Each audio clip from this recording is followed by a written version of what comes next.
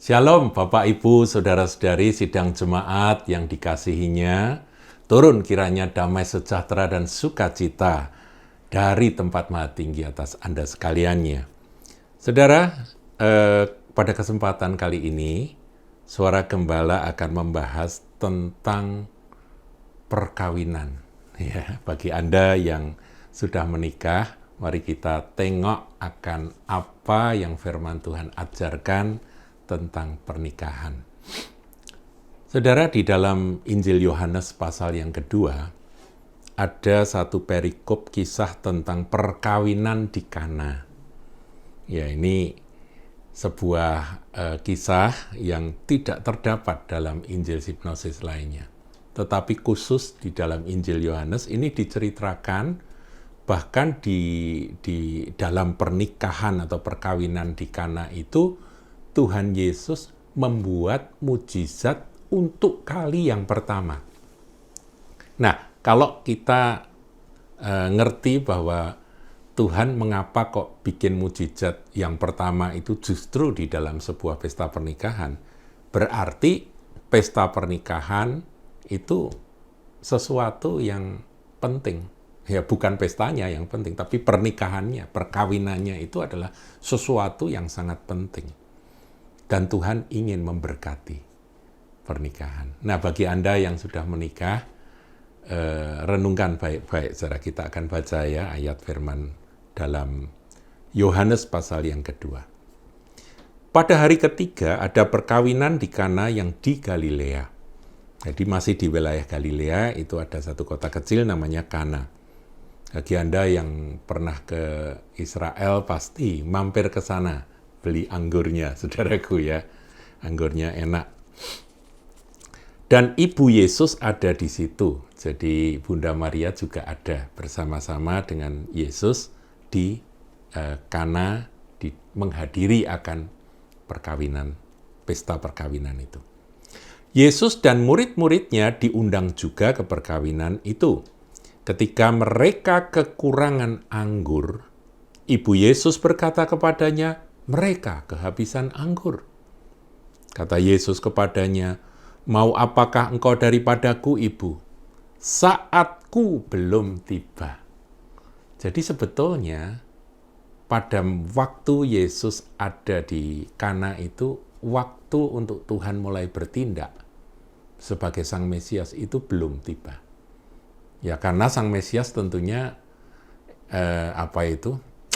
pekerjaannya itu selalu disertai dengan tanda-tanda heran, dengan mujizat-mujizat. Dan memang saat itu Tuhan berkata, waktuku belum tiba. Jadi ketika Bunda Maria berkata, mereka kekurangan anggur, Ibu Yesus berkata kepadanya, mereka kehabisan anggur. Ada banyak penafsir mengatakan bahwa Yesus itu di masa sebelum dia tampil sebagai rabi ya, sebagai rabi yang ngajar di sana sini dan bikin mujizat sana sini, di rumah dia mungkin ada banyak mujizat yang dia buat tapi bukan di depan umum. Makanya Bunda Maria yang biasa melihat mujizat yang dilakukan Yesus langsung berkata, Yesua, itu mereka kehabisan anggur. Kamu tolong dong, mungkin begitu, saudara. Ini mungkin loh ya, mungkin. Kenapa? Kalau dia, Bunda Maria belum pernah melihat bahwa Yesus itu pernah bikin mujizat, ya di dalam lingkup keluarganya, pasti dia nggak akan ngomong seperti itu. Siapa Yesus? Kan begitu. Karena pada waktu itu Yesus belum bikin mujizat di hadapan publik.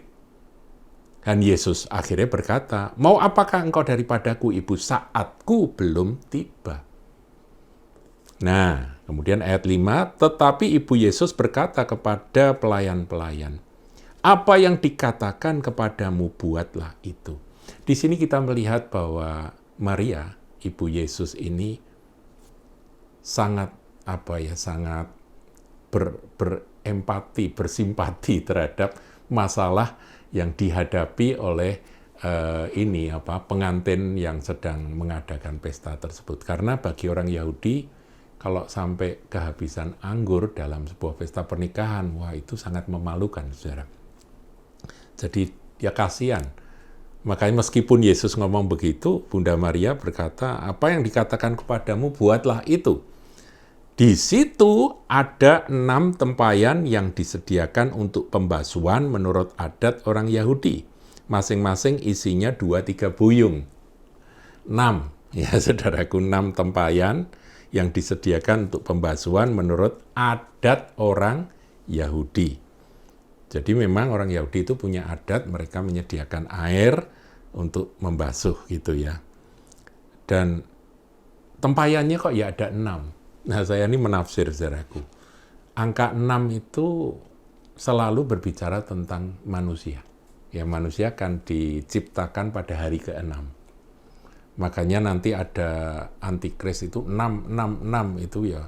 Itu kemanusiaan yang betul-betul komplit begitu ya. Begitu lengkap manusia durhaka begitu ya.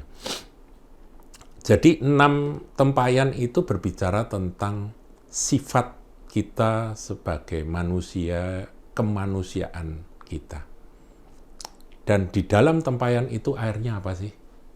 Isinya apa? Maaf, isinya apa, saudara? Air tawar, saudara. Jadi kita ini kan bejana tanah liat, saudara. Kita ini seperti tempayan-tempayan itu. Jadi saudara yang masuk dalam pernikahan, Anda semua harus menyadari bahwa Anda ini manusia dengan segala kelemahan, kekurangan.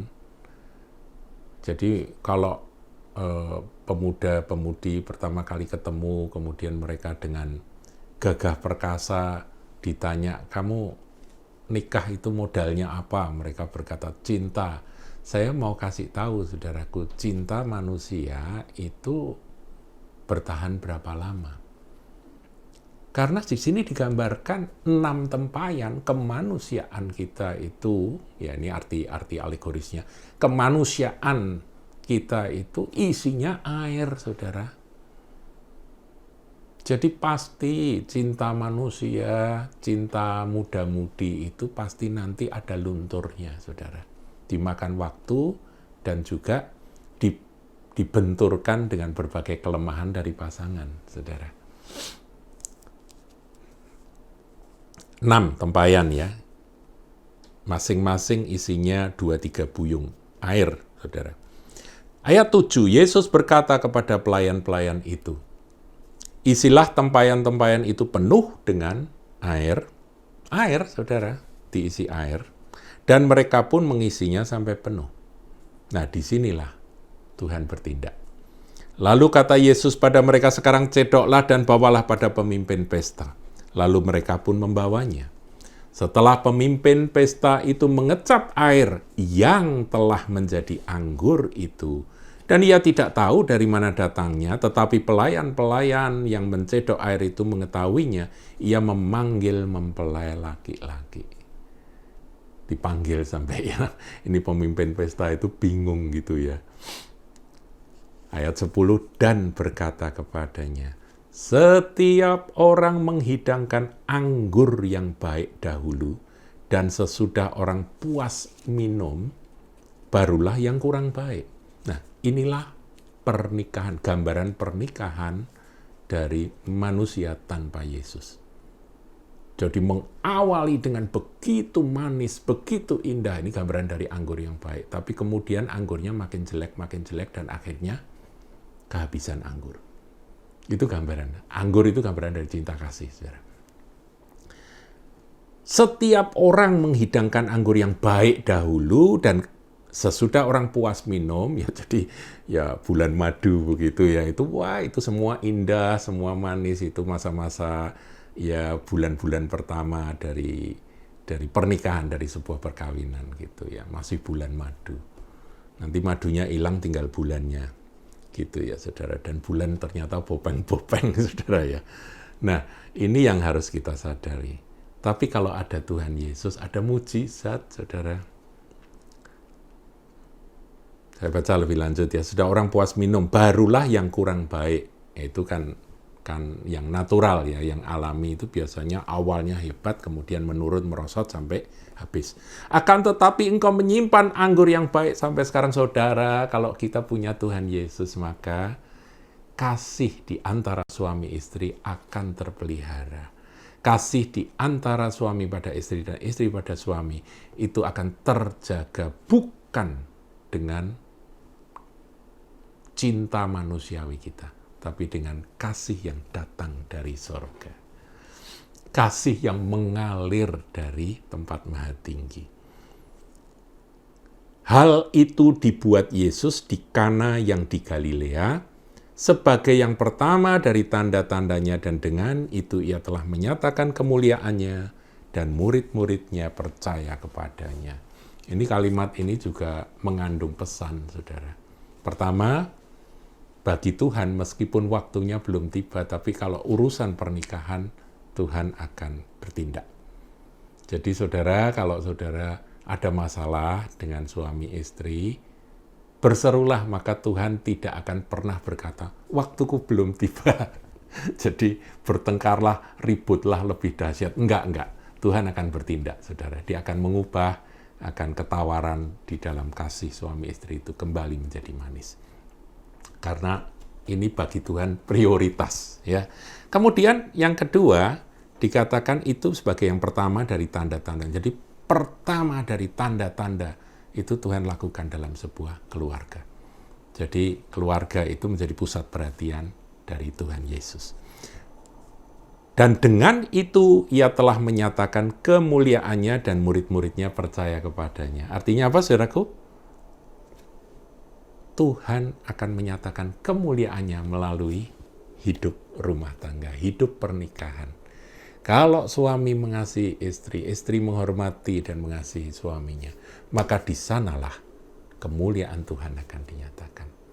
Warisan bagi anak-anak dikatakan adalah ketika anak itu mengetahui papa mengasihi mama. Itu warisan, saudara.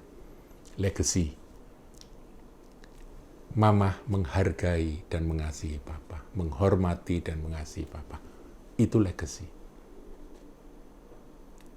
Itu warisan. Dan anak yang bertumbuh dalam orang tua, ayah ibu yang seperti itu anak itu akan menjadi perkasa.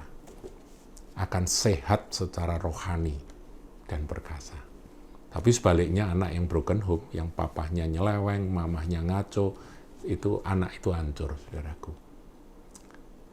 Jadi sekali lagi Tuhan punya fokus khusus, ya, punya perhatian khusus pada pernikahan saudara dan saya. Tuhan Yesus memberkati.